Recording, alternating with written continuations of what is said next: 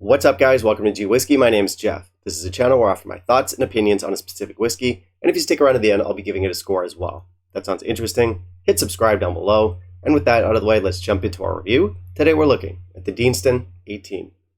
Stick around.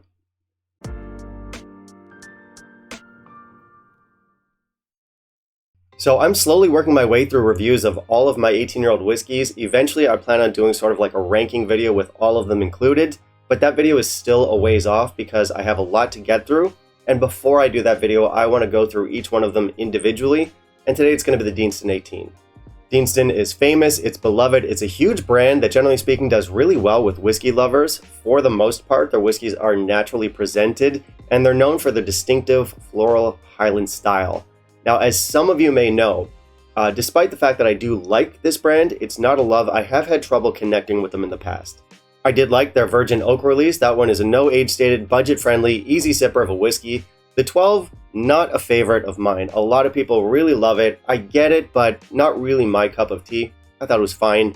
And then we have the 18 here. The 18 seems to be probably their most universally praised release. Seems like everyone and their mother gets along with this one. Now, this is actually my third bottle of Deanston 18. I have had two prior to this. Those bottles were split with a friend, and that was back when the label looked like this, back when we had the brown label. And a few years back, they switched things over. Our label now looks like this one, obviously. And apparently, there was a bit of a formula change there too. The general consensus is that the newer ones are a little bit better than those older ones, which was a big part of why I picked this one up, because despite having two bottles in the past, I didn't love it. I thought it was fine. I thought it was decent. I thought it was competent. It did have that cologne note that I often pick up in Deanstons that I haven't always loved. But this one has been hyped up quite a bit, and I don't just mean through like bloggers, vloggers, YouTubers, that kind of thing. I've had plenty of people in my comment section, friends that I've met through the channel, emails, things like that. A lot of people have been saying I should circle back around to this one. And you know, if one or two people say that, I'll be like, yeah, okay, maybe, I'll think about it. But when a lot of people get together and say, no, this is a genuinely interesting whiskey now, and you should take a look at it, I mean, I kind of have to listen, don't I? Still, that is not a guarantee that I'm going to like it. You guys know I don't always follow the crowd. Listen, I'm a strong, independent woman, and my opinions are my own. So this should be an interesting one. Honestly, at this point, it could go either way. I do like some Deanstons, but we don't always get along. So let's find out about our 18 here. Let's jump into our review. And in the meantime, if you could kindly leave a like down below, that'd be greatly appreciated. So like most, but not all Deanstons, this one gives us good specs. We do have 46.3% ABV, we do have no chill filtration, and we do have natural color. We have our nice natural color there. I do like Deanston bottles. Not a love, but I do like them. I like the stamped on look. I like the printed on signatures. It's all very craft looking. It's not the best look, but I do think it has its own charm. We'll give it 3.5 out of 5 for presentation.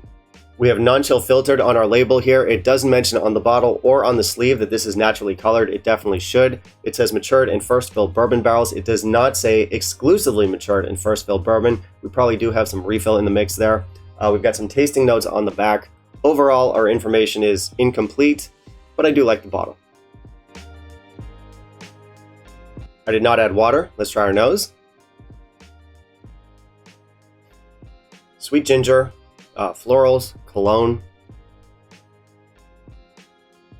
It's a little bit tart, so we've got a little bit of like grapefruit, green apple in here.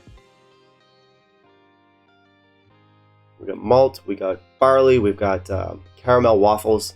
There's manuka honey, grass, nutmeg, vanilla. It's very recognizable. It's very Deanston. Let's try the palate.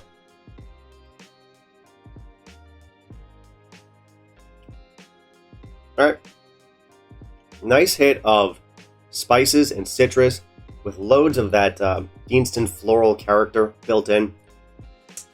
And we start transitioning into more of those like first fill bourbon notes. We've got like caramels, thick honeys, vanillas, toffee, still on that ginger, still on that malt. The Deanston cologne is there, and we've got some oak and some gentle spices trailing. And now our finish.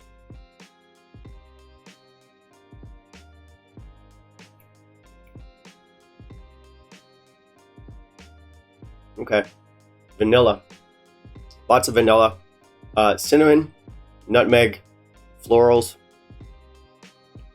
sweet green apple, lingering malt, lingering honey, medium finish. So this is not what I was expecting. Like I said, my previous bottles of Deanston 18 were okay, but they were not great. And I do think people are right when they say that the new stuff is better. I do like this. It's got good flavors, it's got good balance, and we do get the age. I don't love this as much as some others, but I do see the appeal. It does have that distinctive Deanston charm, and I like what the age has done. It's brought out some more interesting elements from the whiskey. I like how this evolves. It's interesting. Like, if you look at it, if you just look at the tasting notes, nose, palate, finish, they look to be quite consistent. And on paper they are, but they do kind of shift around. Our nose is bright and complex. Our arrival is like spicy and floral. Then things move into like virgin oak with like big, strong vanillas. Then they shift back to like these spices and these malty notes. So there's a certain like flow to the flavors in this that I do think is interesting. Another thing that I like in this is that I do think the Deanston cologne note that I always get is well incorporated. And listen, I know you guys don't all get that cologne flavor or note from Deanston. I always do. It's consistent. It's always there. It's most prevalent in the 12, and it kind of throws me off in the 12. I don't love the 12 for that reason. How would I describe it? I guess it's just like the culmination of some of the grassy notes, the vanillas, and the floral notes. They all come together in such a way that I get the impression that it's cologne-esque. And again, it doesn't always work for me. I do think it works well in this one. I like the tart counterbalance in here that we get from the grapefruit and the green apple. I like the malty notes in this. I think it's balanced. It can be a little bit sweet, but it never gets too sweet. I'm going to come out and say it. This is my favorite Deanston. Obviously, I haven't tried every Deanston, but I do prefer this to the Virgin Oak. I prefer it to the 12-year-old. I prefer it to the 15-year-old Organic. This one has just found a really nice balance for me, so I'm going to give it a solid score of 87. I think it's an easy sell. If you're already a Deanston fan, you'll probably score it higher. And if you're not a Deanston fan, I would still suggest you check this one out. So yeah, this is a nice 18-year-old. It's from a brand that I haven't traditionally loved, but I would say that this one has kind of converted me. I would say, generally speaking, I am starting to warm up to Deanston a little bit. I'm not there yet, but maybe someday. And you know, the quality of the whiskey isn't the only thing to like here. Let's talk about price.